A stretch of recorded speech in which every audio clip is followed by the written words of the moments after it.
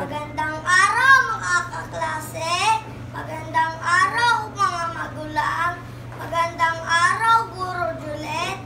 Ako'y magkukwento ng ang aso at ang uwak.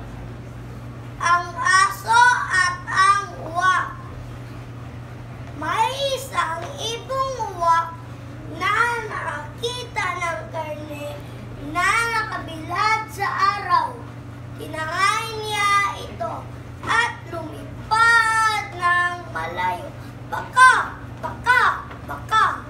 Sa dulo ng sanga ng isang puno ay sinimbulan niyang kainin ang karne.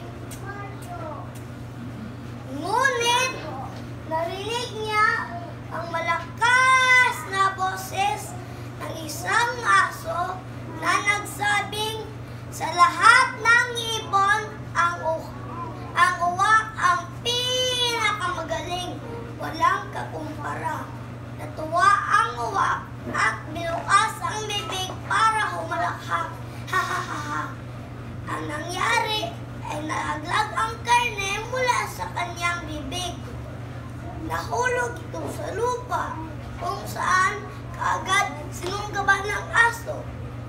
Nung nagawa si uwak, kundi tikman ang pagkain ng aso sa nahulog niyang karne. Mula noon, hindi na muling nagpalinlang si uwak kay aso. Ang aral sa kwentong ito ay hindi lahat ng papuri ay totoo.